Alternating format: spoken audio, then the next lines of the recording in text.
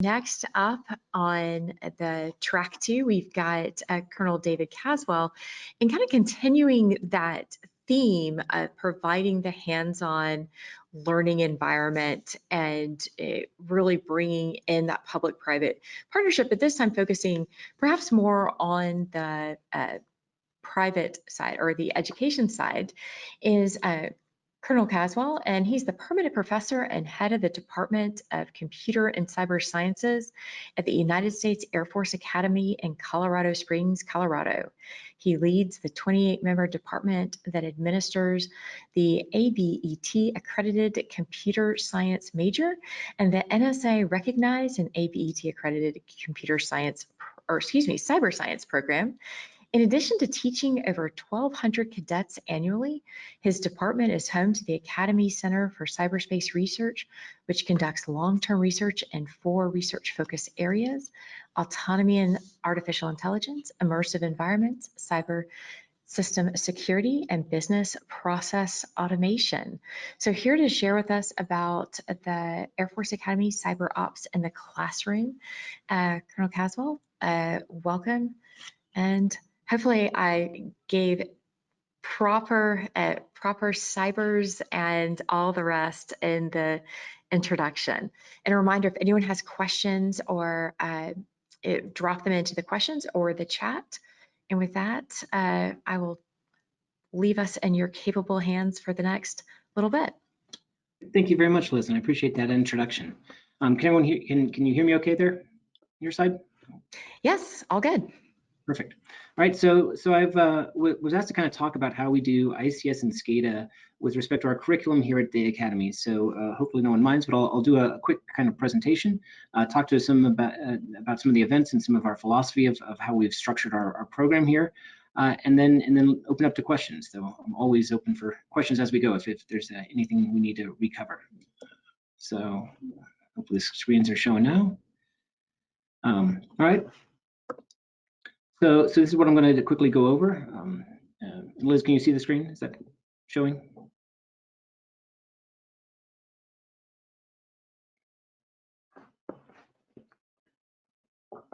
I'm hoping this screen is actually showing. Okay, so here's what we're going to go over. To start off with, here's the overarching program that we have here. We have ABET, which is the engineering accreditation community that is accredited both our computer science and cyber sciences program. We created the cyber sciences as an extension of the computer science, which is where many of them, many of the programs coming out with cyber science is extended it out of. We did the same here. And we're very proud that we're also NSA certified for academic excellence of cyber operations and defense education. So we end up doing multiple different types of accreditation reviews. We have approximately 21 courses, ebbs and flows, depending on some special electives, things like that. And we're also heavily involved in operations research, data science, system engineering. And this all kind of goes into a holistic view that we have of making this digital related airman for the Air Force in the future. And you can see on the right, continued growth of students in the program. This is, I tell my students openly and honestly, and they should be proud of, we don't make an easy program. We make one that challenges them and helps them become the officers that we all feel in our department that the Air Force desperately needs. So what does it look like? Well, you know, first off, we have some benefits of having a phenomenal facilities that we're able to use to help improve our curriculum. From an ICS SCADA perspective, you can see a couple of those here. So the bottom right, we'll talk a little bit about the ICS SCADA platform we all have, which is a SANS Cyber City platform that is dedicated to our cadets and the educational programs that we have here at USAFO. We also work with our EE department for some power grid simulator, which we do research and activities on. And then I'll also talk about some of the extended areas we work on for our competition range, where our cadets are actively being red team, blue team, or capture the flag, or any types of engagement activities with either other services or other organizations, shall we say, across the world. And then the newest one, which we'll mention, which is our Joint All-Domain environment we're working on. So Cyber City, this is kind of our showcase one. So this is a lovely train station setup, but it's all controlled by real-world ICS SCADA systems. It is set up, and we work with SANS to host this each year. We maintain all of the code and systems here inside of our building. And our cadets have the opportunity to work with them at various levels, so everything from just simple vignettes and exercises, trying to understand what is ICS and SCADA and how does it impact the environment that they work on, but also to policy implications of, what are things that would be legal in a wartime environment against ICS SCADA, or what are the implications on the kinetic environment from ICS SCADA types of attacks or defenses or lack thereof. And inside of this platform, not only does it have the ICS SCADA systems on there, but we also benefit from an entire armada of core communication capabilities that we would expect to see in a modern community. Everything from a face space, which is similar to a social media type of site, to a banking industry, to web camera video systems. And the cadets have the engagements to be able to leverage, exploit, use, do whatever they can inside of that. And we of course have the ability to roll back and reset so we can do it again and again and again in a repeated manner. So one of the new efforts we've been trying to work on is trying to incorporate that ICS SCADA environment with a broader multi-domain command and control operations and engagement. And we've been working with our Unmanned Aerial Systems Center here at USAFA to create an engagement where we can have the kinetic environment operated in the control room that you see here, but also have a direct engagement and tie-in of our cyber cities. So the effects that they are seeing on the small unmanned aerial systems that they're controlling through this control environment with the kinetic effects, we would also be able to demonstrate and represent inside of the ICS SCADA system and vice versa. Any of the events that we're able to do from a cyber effects perspective would have implications on the battle environment that they're doing for the multi-domain operations. And this is really trying to get us out of the mindset that cyber is a domain in and of itself. It is a domain, but the implications, the impacts that it has ramifications across all of the other domains. And so to stop that stovepipe and really try to bring them to a higher level of thinking, this is something we're really excited about trying to roll out to future classes. So how do we roll this all out? Well, we have kind of this pyramid approach. So starting at the bottom, Cyber for All, this is affecting every student. And so every cadet who comes through here, everyone who's intended to graduate will hit some of these courses, one or more, or all three throughout their time. And they have different levels of discussion. So in our Computer Science 110, we're talking more personal security, introductions to what is cyber as an operational effect. And then as they go through their time here, so that's our freshmen take that one. We call them 4 degrees. As they go through their time here, by the time they're juniors or 2 degrees, they're now looking at a little bit more higher level thinking about it with some of the military theory, as well as some principles of the larger spectrum of communications capabilities in the MSS 300 and ECE 315 courses respectively. But then for a smaller subset of the students, they get the option to take some more advanced capabilities. So for example, our Cyber 256 program, which is a cyber training course that we do over the summer. It's cadet led, but it really gets them in everyone. So we'll have approximately 250 students a year that will get that offering. And through that 1 week's program, what they're going to do is they have hands-on engagements and they learn about operational planning and engagement, but then they are also doing the technical activities on top of Cyber City and or other platforms, including the JADE environment, where they're now using that in a kinetic mindset and operational mindset approach. So they'll do intel, they get intel briefings, they'll provide operational briefings, they'll then do the action, and then they'll debrief it afterwards in order to see how they did and try to recover for the next day, where they'll repeat on a different vignette and storyline using different systems and different capabilities. For a more a smaller group, we have our cyber competition, we'll say club, but that group will eventually then go into a cyber competition team, which we'll talk about shortly. And that's really where we get people who on their own volition want to spend some time looking at and trying to think through how to go do cyber engagements and work through the different challenges in a very technical level. One of the things we've tried to do over the last couple of years, and I think very successfully, is bring in a lot more of the non-technical aspects of cyber into that discussion, and that's through both heavily promoting and trying to leverage the cyber law, cyber policy, and cyber strategy courses offered by our law, our military strategic studies, and our political sciences programs, as a way for them to understand the implications of cyber on a larger battlefield and a larger international context, both legally, policy, and strategically. So it's not just a technical answer, but it's also the higher level kind of thought processes that go into that. And we've brought that also into that Cyber for Few block. So we have our cyber science major, which we saw the numbers earlier, approximately 20 students a year. This year we have a bit more. and our cyber competition team. And even in the competition team, we've now started engaging just, beyond just the technical type of engagements. And those engagements are things like the National Cybersecurity Exercise, or now the Cyber Defense Exercise, to capture the flags across other in the various community DEF CONs and other conferences and opportunities, intercollegiate and otherwise. But we've also started moving into the policy aspect of those competitions through things like Cyber 912 and engagements like that. And they've been very successful, in some cases winning outright. Let's look at some of those ones. Well, so for that Cyber for All, the first one they're going to have is this Introduction to Computing. So this is, again, our freshman level course. And so we're trying to go provide a basic overview of what is, this course has a lot in it. We're talking about basic programming, some artificial intelligence, and that's a good proportion of the block, of the 40 lessons that we're given for providing the content.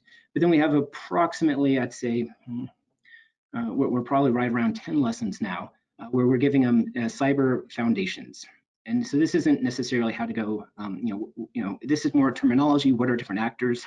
What are the personal security threats? How are they vulnerable? And what should they do to protect themselves? But also things like what's the phases of an attack and that kind of stuff. And this culminates in our mission, which is on Cyber City. And this was a custom mission that we built here, where the students are able to do a start to finish. And this is only in a 15-minute block, so it's a fairly fast one. But how do they do a social media recon, they do some network scanning, some kind of let's say fictional password guessing kind of exercises, just to get an understanding of what would happen in a type of cyber attack in order to control our infamous Falcon ICBM site, which looks an awful lot like the Nerf gun thing that you see in the picture down below. It's always fun if you're in that environment. If you happen to be in that room during that lesson, inevitably the students will find you and try to shoot you with the gun, the Nerf gun thing. Fortunately, no one has been injured in such activities. But this happens to all, all of the 1,200 or so freshmen that we teach each year. And a lot of the implications here that we're trying to get across is how to think about the kinetic environment from a cyber perspective and the implications of going both directions, right? What can we do in a cyber environment that would affect the kinetic battlefield, and vice versa? What is the adversary trying to do it? So where do we need to put protections? And then also make sure that they're well aware of the implications that they present as both potentially as a target, but as just a member of society in an active cyber environment, right? And that moves into the Cyber for Some, which we'll highlight with this summer cyber training. So summer cyber training, like I said, it's about 250 cadets a year. Well, 180 to 250. Our goal is 250. 5 days, full on plan, brief, execute, debrief type of activities. And these culminate in things like the mission you see on the right here, where they're doing much more low-level engagements on the platform.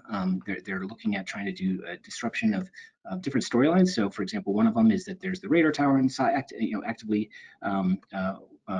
it's been taken over. How do you go and regain control of that radar tower in order to allow other missions to occur in that platform? And this has all been built up with a phenomenal work by both cadets and faculty to create a storyline that leads to it, right? So what is the intel brief that's happening, and why is this important, and what's the strategic and political implications, and do we have legal authority to support it? All right.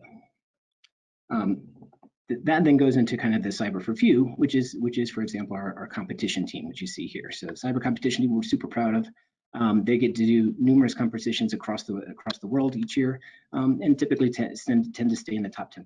What's super exciting about this team is it's very much cadet-led. We have officer mentors, but we really empower the cadets through things like our Cyber City, through creating and hosting different types of training environments, so training ranges, capture the flag exercises we've created, modified, and hosted through different training vehicles where the cadets actually will, after they solve a problem, they have to do a write-up, and then they help teach the next generation of cadets, so that there's this continual flow of knowledge that's helping to just kind of reinforce itself and make them all better cadets. But also, our goal is better officers. And then that goes into our cyber major. So this is the numbers you saw earlier. We believe that this is a phenomenal major that really helps them understand deeply both the technical challenges, but also the political policies, strategic options that or challenges that exist in the cyber domain. This is highlighted by a 3-course sequence, which I'll go over in the next couple slides. So the first of that 3-course sequence is our Cyber Science 333. So this is our cyber warfare. So think of it as offensive operations. So we do everything from reverse engineering here to low-level programming exploitation techniques, working on different types of things. Think about Kali Linux and some of the different tools there, and what they use, how would they be used. And we do offensive first in order to help make sure the defensive operations course, which is our next one, have a good understanding of how to go to protect that. We have a big belief here that you can't be a good defender without understanding offense, and you can't be an offensive operator unless you understand defense. And the balance between those two things have to work hand in hand.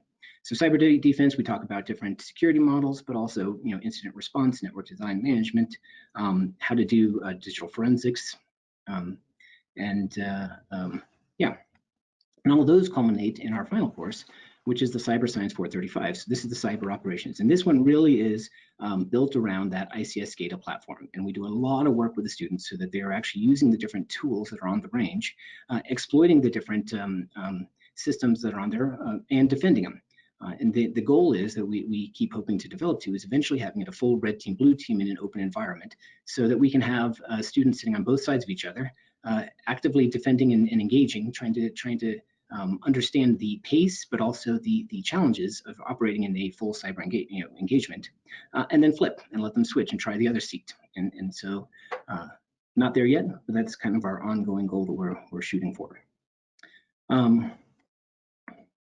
You can see an example of the mission there. So this is a much more technically sophisticated mission. We don't give them nearly the architecture. Of course, the first 2 courses, the 333 and the 334 courses, really build up to the technical understanding of what to do in this type of environment. And then this is one where we're looking at as effectively a practical exercise, where they're now demonstrating their ability to go and make that engagement and understand the relationship of the ICS SCADA world to the more traditional, just basic comm network IP-based world.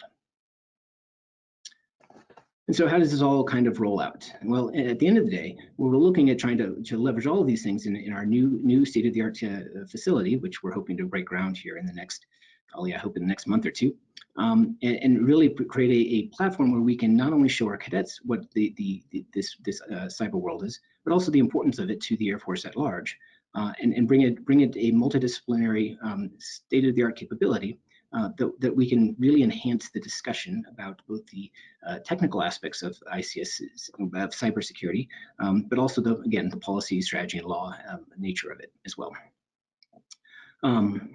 Another major activity we have ongoing is working on building off of the Cyber City platform to try to create more independent aspects. So how do we modularize the city in order to create different vignettes that the students can have can go and engage in, and quickly reset them so that the next student can go and engage in it.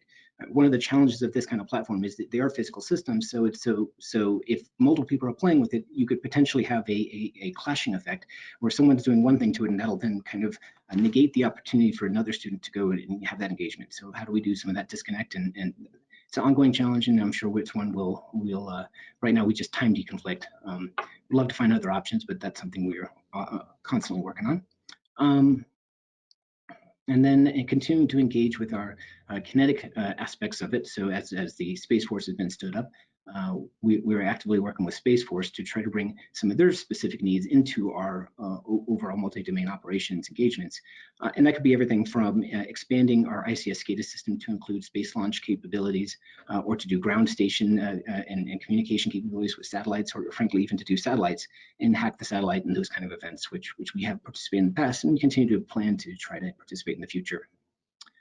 And with that, that's all the slides I have. Don't know if there's any questions for the group, from the group.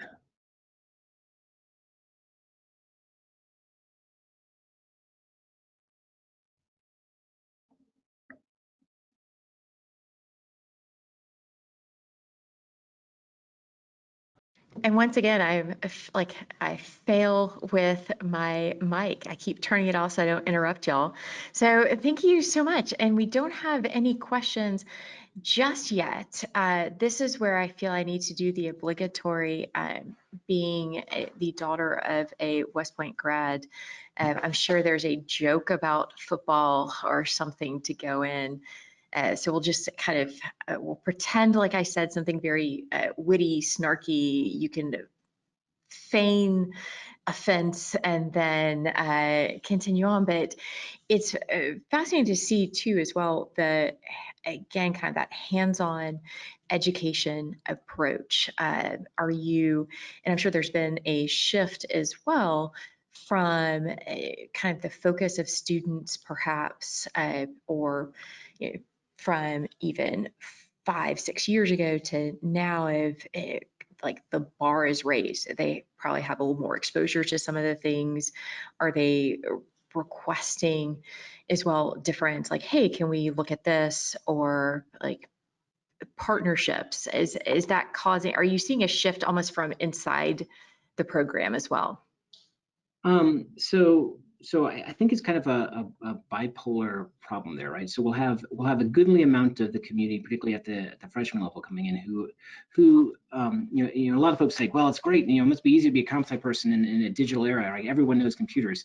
What I find is everyone's a really good user of a computer, right? So everyone knows iPads and iPhones really well, but have no idea when a command prompt shows up on the screen, like what just happened, my computer's broken, there's text on the screen, I don't understand what to do here, which is interesting. So while they're using it quite well, they don't necessarily know the implications of it. And I think that happens on the cyber side as well, where a lot of the students coming in just don't have that experience.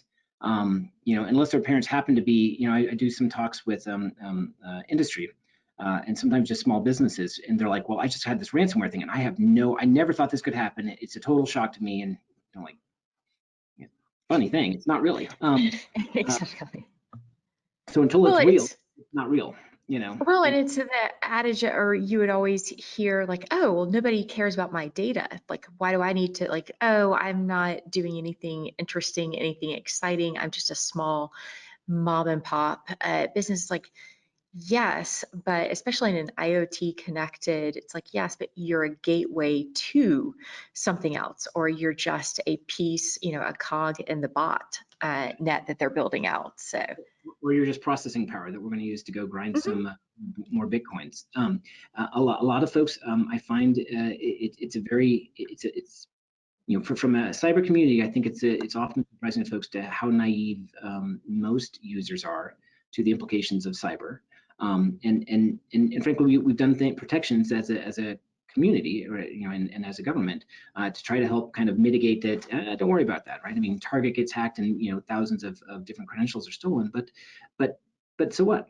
Right, my bank account, my bank credit card gets stolen, and the bank refunds it, and I get that, and it's hard to understand that the implications of the so what's on some of those things, because the damage has been mitigated by non-traditional means. And so how do you get people to that point? And particularly in the cyber kinetic environment, right? The kinetic services very much have a mindset of bomb the runway. And so in our cyber city, we have a lovely type of aircraft there. And that aircraft, I use it as an example. Like, okay, this aircraft's going to have weapons of mass destruction, right? So it has some fissile material that's going to take off. How do we stop that? And traditionally, we start off with the discussion of bomb the runway. Well, that's a great airman-minded kind of thing, but let's talk about dirty bombs, right? And now you have fissile material over civilian populace. Is that something that's legally allowed? Are we willing to go and be the bad guy who now created fissile material over a lovely community? What other kind of ways can we have that? And so it's really starting to trying to change the mindset of the power that cyber has, and I think people are just not aware. The idea that the traffic lights are magic. I believe and how do we turn it to, it's not magic, it's that box, right? Yeah. And it's made by humans, right? And it's in every traffic stop site, and it's IP accessible. So how do we have that discussion for them? Well, and They don't understand it. too, as a formerly addressing some of these issues from a city perspective, being on Insight and having to have those just conversations of, yes, this vendor is coming in telling us about a smart meter. Well, and I'm even talking about a parking meter that, oh, yes, if we can automate some of this. And the downside is, well, what else is that parking meter connecting to? And does it need to? Does it need to have a sensor that's looking at this? Does it need to that, or is it creating that data? And so kind of looking at the broad reaching impacts of, well, it seems it's just a traffic light. So how do the cadets kind of react to that, realizing kind of the interconnectedness and that a sensor here, or kind of like how that flows? You just kind of have to, expose them to it. And so shock therapy, I think, is the approach on this one. Again, that airplane example, oftentimes what I will culminate that with is there's a water treatment plant there. And many of the water treatment plants are running Windows XP, which we just hacked a class ago, right? And it's super easy to get into, and it's pretty much guaranteed, right, to be accessible. And that water treatment plant also controls the chlorine level of the water. And now we're in a position where, do we increase the chlorine level, which we just, I think recently saw, on the news and attacks in some foreign countries, increase the chlorine level of that to a point where we're now poisoning the populace.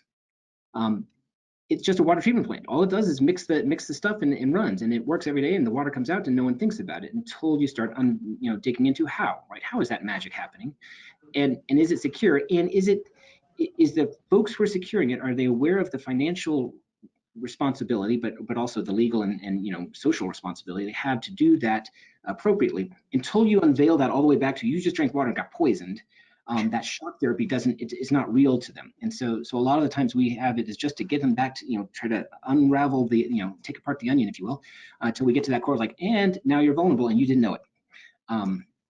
And how do we make sure that doesn't happen on our weapon systems, right? Because, it's horrible concept of poison chlorine thing.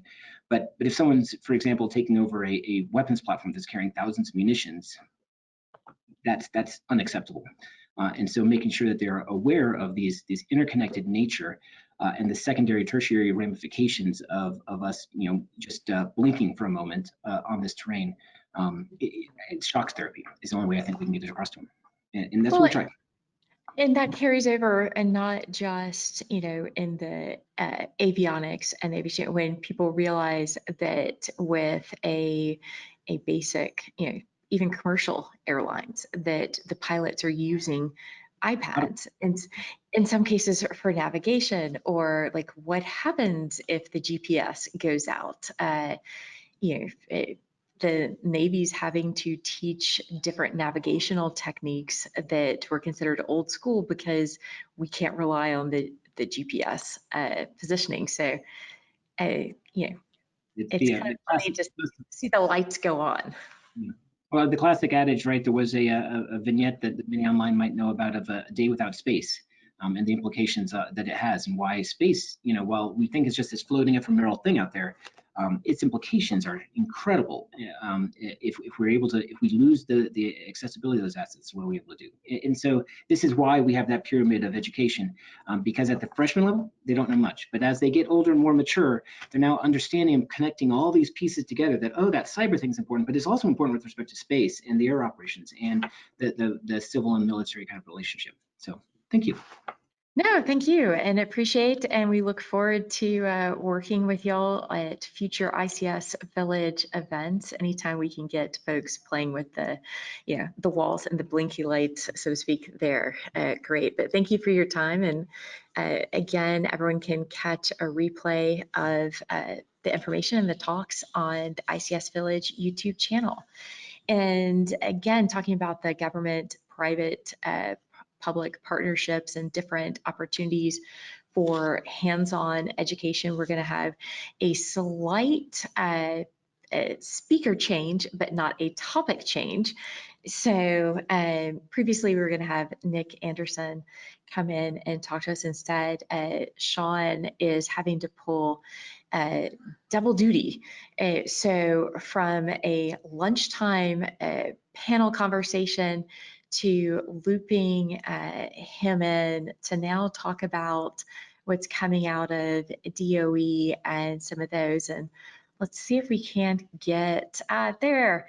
I say, Sean, it says Nick, but it's not, it's you. So welcome back, and thanks for shifting hats for us and staying flexible. And a reminder to everyone, if you have questions on what Sean is talking about or for Sean, you can drop them in to the chat and the question section. And to the extent there's time left over, I'll come on and we will go through those as much as possible. But Sean, I apologize. I did not transition your bio over to my notes. So rather than giving you credit or for what Nick has done and vice versa, I'm just going to let you take it away. Yeah, you're not abandoning me or anything like that, are you? I I'll mean, be a little lonely if I'm the only person here. I'll be too scary for me. I can sit here because as we've learned, apparently coming back on to the stream, I can't figure out my mic, so I just start talking, and everyone's going, "We can't hear you! Like, turn it on." So, you know, I will sit here and hang out. That might benefit everyone and take away the cyber or the tech gremlins who've been hounding me all day. What's so I want to just right off the bat, I want to hit something. What's the banner behind you over there? You know, this is what happens when I take over the Cyberbytes Foundation. They make the mistake. It's for some of their school programs that they were running, and of course, a modified schedule. But they brought students in, and through the learning, I was jealous of the one where they got to do hands-on with the 3D printers and drones, which is a particular specialty of mine. I'm like, wait, you get to go to summer camp and build drones? Like, That's come pretty cool. again? Yeah, This yeah. is so much better than the What's the age popsicle limit? stick. What's the age limit on that?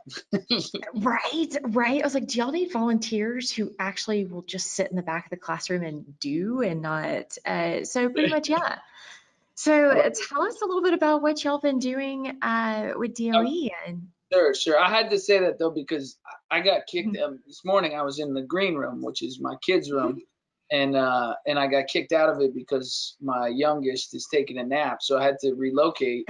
Now I'm in a different room, and now I feel kind of awkward because I'm like got this thing right here. But on one hand, I'm kind of a little bit proud because this is my wife is in the Villanova Swimming Hall of Fame. She's in the Hall of Fame for all of Villanova athletics, but she's in in particular, she was a swimmer at Villanova. So I just thought it was like awkward. Like I had this big medal behind me.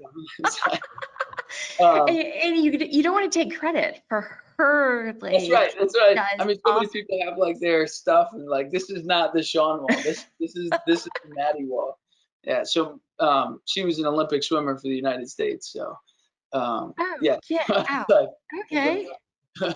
so she's here in spirit right now. There you go. Well, at least one championship. I mean, wait, since we didn't get to really do it this summer, I feel like you brought the Olympics to the ICS Village, Hack the Capitol. I like it. Thank Hopefully you. we don't have a torch and any fire alarms during this. You know, that would just be further testing of ICS systems and showing how easily that they can be breached. So, yeah. So, what's the Citrix program? Sure. Yep. So my background, I'm the principal deputy assistant secretary. So the number 2 in Caesar right now. So our office, cybersecurity, energy security, and emergency response. So we handle everything from supply chain cybersecurity to the energy sector to also emergency response. So I have people deployed at the FEMA command centers throughout the United States right now, addressing the fires, addressing the hurricane, addressing last week's hurricane. So they've been busy. We also do the cybersecurity portion of it. And so today, we want to talk about Citrix. Citrix stands for Cyber Testing for Resilient Industrial Control Systems. So, like any good government agency, we love acronyms, and we try to, if we can make them start with cyber and C, it's good for us, right? Staying in the government guidelines. So anyway, Citrix, the reason that we have Citrix, you probably know, the worldwide threat assessment makes it pretty clear. China and Russia have the ability to disrupt our critical infrastructure, in particular, the energy sector as documented in that worldwide threat assessment. So we said, hey, that's a known issue. We obviously care about, it's in our remit, our responsibility as a sector-specific agency under PPD 21 and the FAST Act to try to prevent these incidents.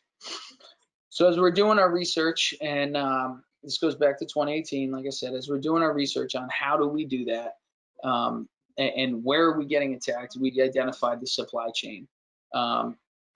Although we had a strategic agreement with China in 2015 that they were going to stop stealing intellectual property, stop hacking our systems, everybody in our community knows that that actually did not happen.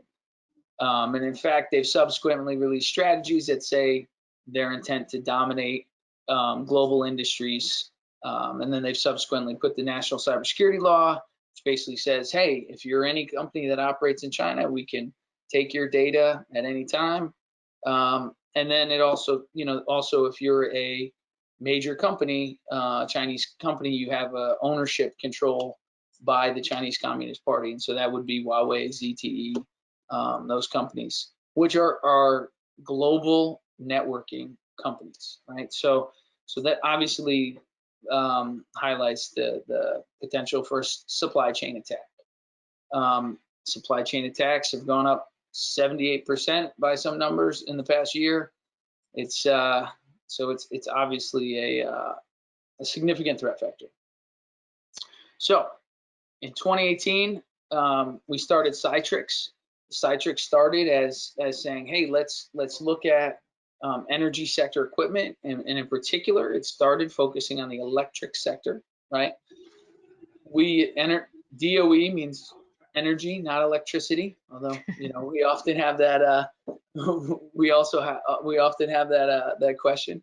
But no, we do oil and natural gas. We have renewables. We nuclear. We cover all parts of that. And in 2018, it started as a pilot by saying, hey, can we get some of that equipment, get it at our labs? In particular, Idaho National Lab is our lead for this. Everybody in the ICS community is, I'm sure familiar with Idaho National Labs. It's one of my favorite places to be. So they started digging in on supply chain equipment. Electricity sector equipment, and saying, hey, what's in there? Just from a hardware perspective. And as we came forward to 2020, we said, hey, we need to look at this more holistically. Right? We need to start looking at the software, the firmware. This is a much broader issue, right? Than just the hardware. I like it. Exactly. It's so that I don't accidentally start, because I'm nodding so like yes, Most you've people got do to that go. to me. They're like, Sean, where's that? Where's that on your mic? No, so, it's great. Yeah. So anyway, so we figured out that, hey, we needed to get more into the software and more into the hardware and the firmware aspect of it as well.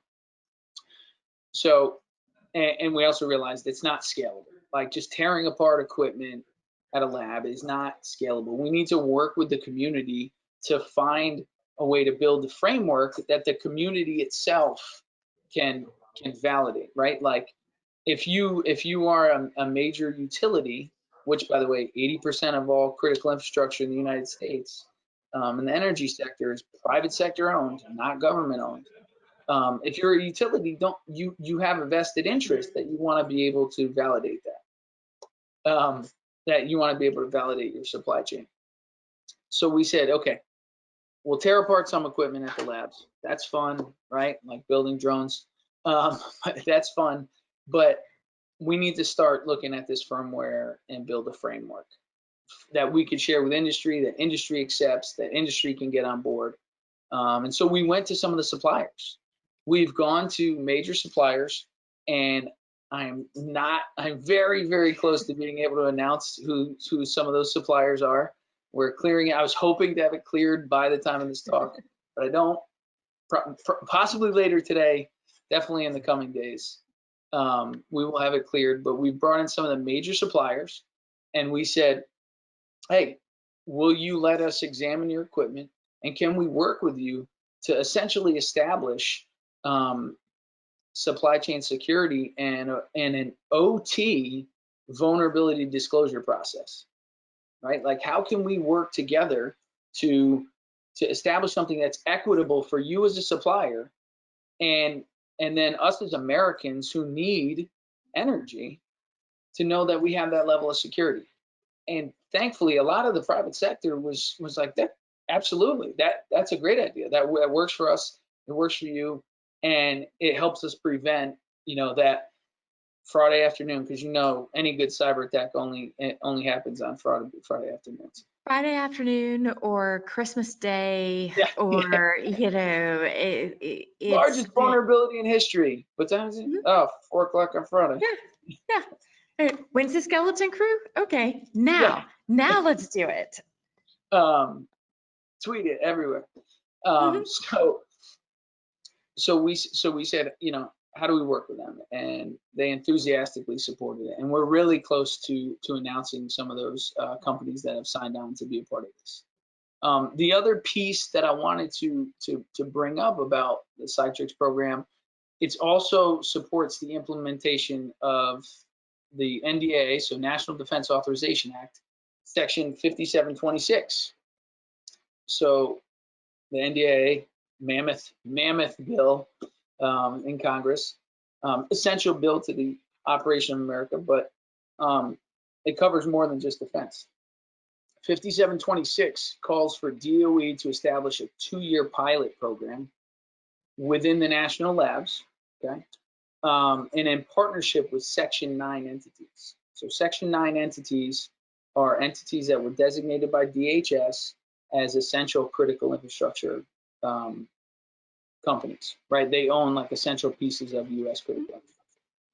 And so this program, which we call the Securing Energy Infrastructure Task Force, we have to have another, big name, right?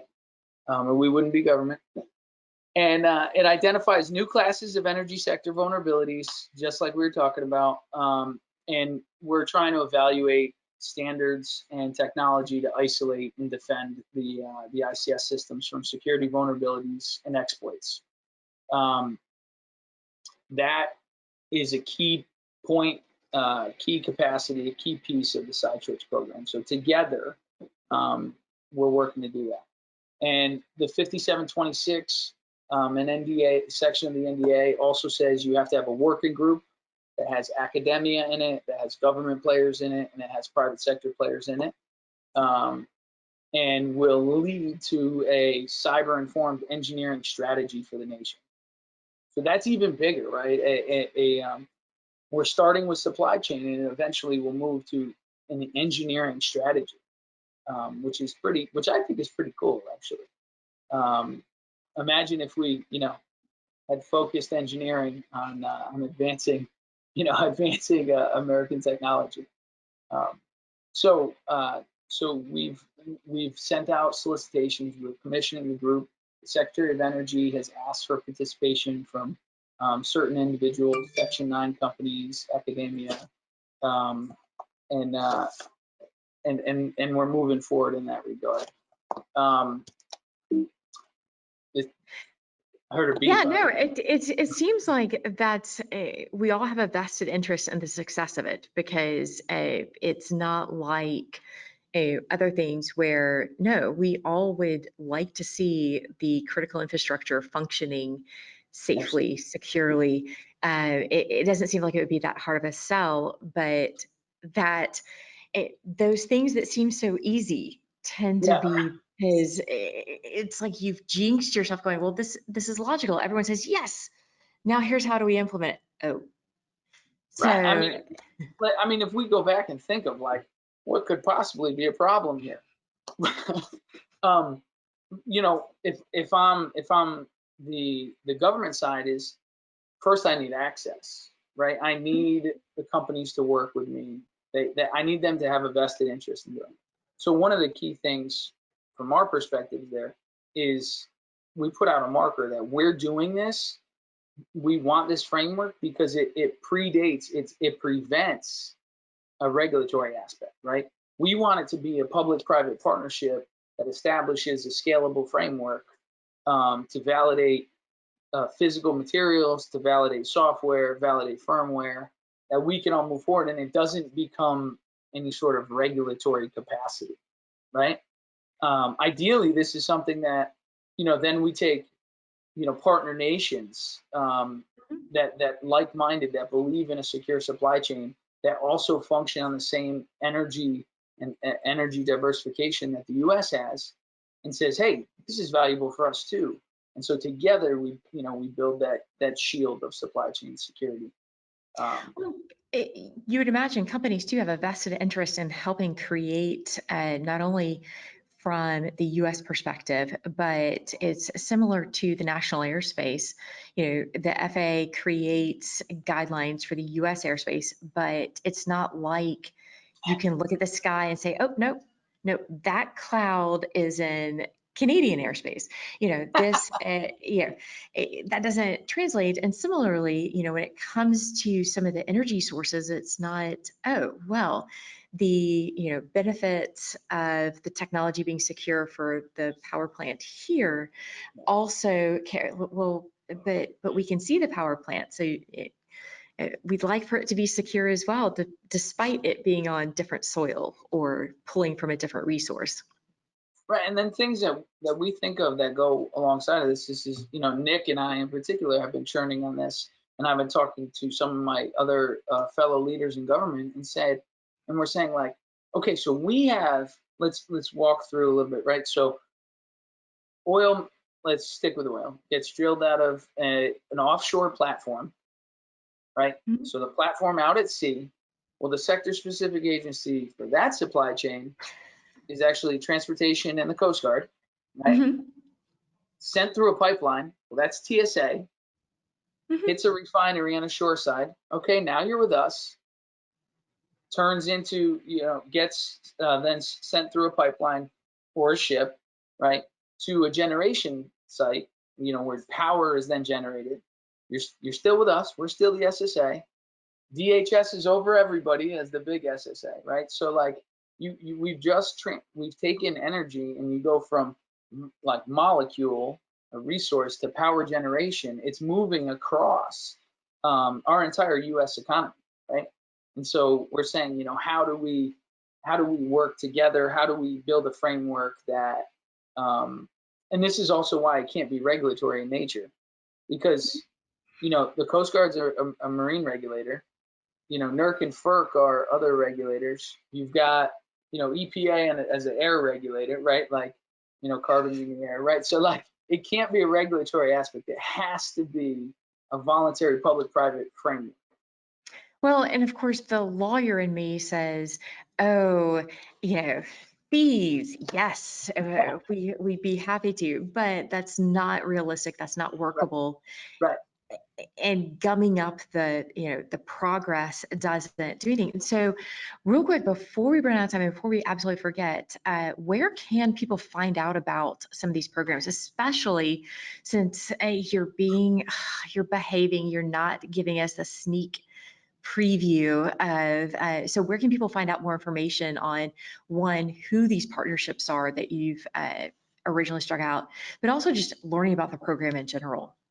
I mean, I would be remiss if I didn't say the DOE Caesar Twitter feed, right? Like, There you go. I mean, come on, we got to tweet that. If you want to break any of the partnerships on the ICS Village Twitter feed, I'm sure we can get some of the folks would be happy to do that. They're wise and have not given me access to those controls yet. And I'm behaving and pretending like I haven't hacked into them anyway. But yeah. So no, so you just Citrix in general. I was gonna come. I thought about it with a PowerPoint slide, partially because that would be so governmenty of me, but partially because I thought it would really irritate Bryson. But at the last minute, Rick Driggers convinced me I shouldn't do it, so I didn't bring that. but you can Google Citrix, you know, CYTRICS. It's on this, you know, DOE Caesar website. It's also that INL has some write-ups about what they've done there. So there is public information on it. We are always looking for new partnerships, new manufacturers that think it might be of value, and we're also, you know, working with utilities as well. It's not just you know, it's not just the manufacturer, but we're working with the utility as well to go backwards through their system and identify, you know, we thought of this major manufacturer, but we might not have thought of, you know, the metering device company that, you know, connects into, right, that does all the measurements on that major manufacturing component, right? We want to be full scope in that. So we're, you know, we're seeking out those partnerships as well. Well, and we've seen that too, kind of harkening back to my airport days, where you have one software vendor that's providing, for example, the load balancing software for all of the airlines. And you Right. wouldn't think until they have a glitch. And there was another vendor that it was kind of a common thread that got struck by ransomware, and suddenly Cleveland's airport is shut down or, you know, reduced operations Right. because the company clearing the ice, like the de-icing, Right. you forget about those. So how do y'all kind of peel back the onion and figure out, ooh, I remember one time when I was in private industry, we had a similar instance where it was a wastewater site. It's like, wait, we own that? That's connected to us? I'm like, we don't do wastewater, but it's a byproduct of what we were working with, right? And you know, so how do you think through all those steps? So that's I mean, you're spot on, exactly what we're thinking about. And then of course, in this supply chain security, there's just the bigger asset management question of, right, like in this process you find out that, oh, we ended up, this was cross-connected somewhere else and we didn't actually plan on that. You know, can you build into the supply chain framework when you're doing your validation process, right? Like when I'm doing my firmware validation on my equipment, let's say I do it quarterly or 6 months or whatever, that's my program in my framework. And I find out that there's things, you know, there's assets that I didn't plan on, right? Like those are things that, you know, I'm thinking about, how do we build into that?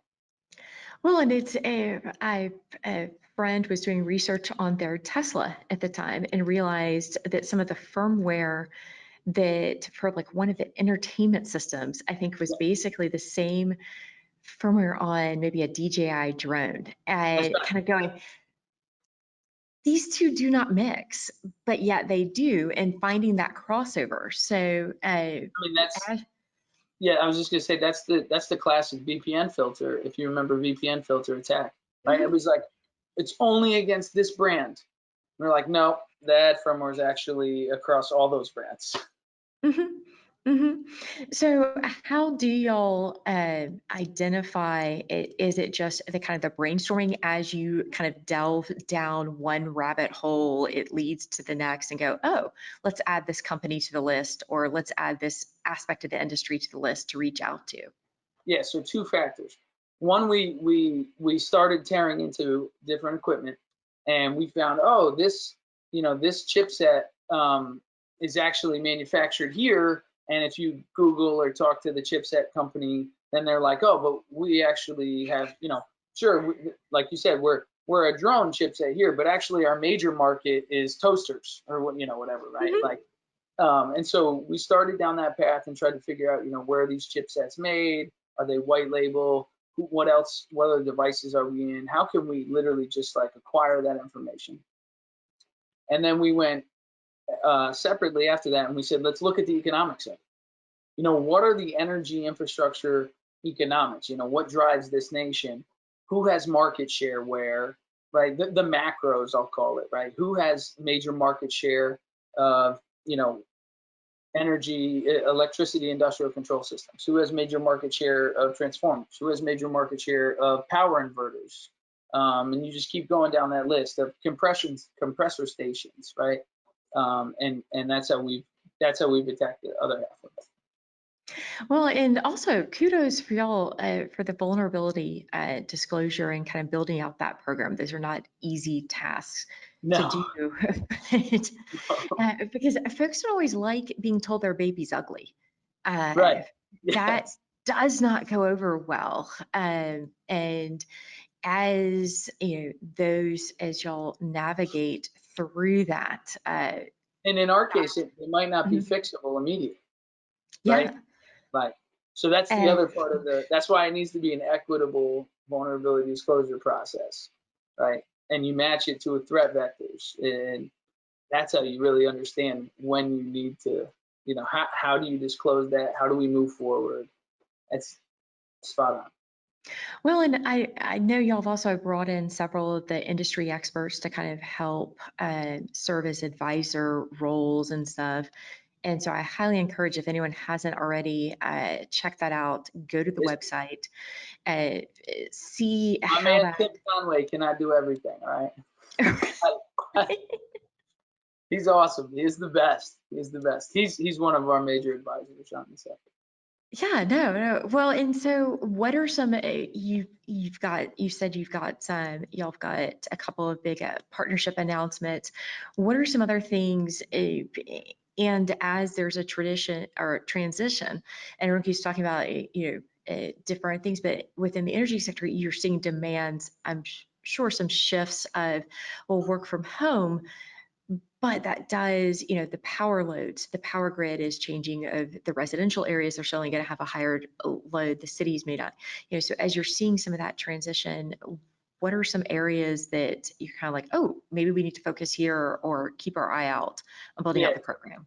So renewables, huge impact there. The renewables are an interesting space in general, because they're primarily dominated by foreign sales, just off the top. So that brings a supply chain risk. Renewables are interesting in that the capacity management process of it, right? Like, we're bringing in an energy source that's not constant, right? Like, everyone loved coal because coal, was a base power. It's called base power. You could always count on it, and then you used other sources of energy when surge efforts, like when people turned on all their AC units and that type of stuff.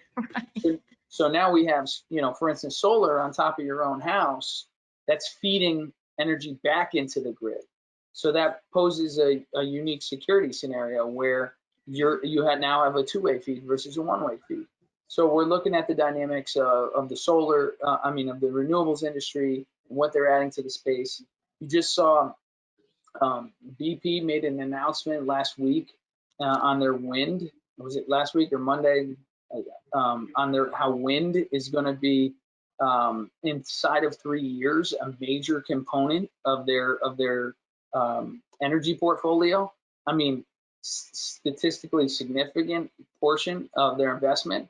Right. So when you see something like that, okay, people that are in the wind terminal business, all of a sudden that becomes a more of a focus, right? So as you march down those different industry changes, we are paying attention to that. We're working with our economic advisors inside the Department of Energy to understand what is that blend of energy sourcing, and how do we know what those suppliers are. No, well, thank you. And thank you for filling in today. Don't tell Nick, but you did a great job. And we may just need to, shift the program for the next. But again, encourage everyone to check out the resources, kind of the programs that they've got, because resiliency certainly needs to be a top focus, especially as natural disasters are hitting, and kind of reinforcing what is the backup plan for the backup plan, and is that supply chain secure? So That's thank right. you.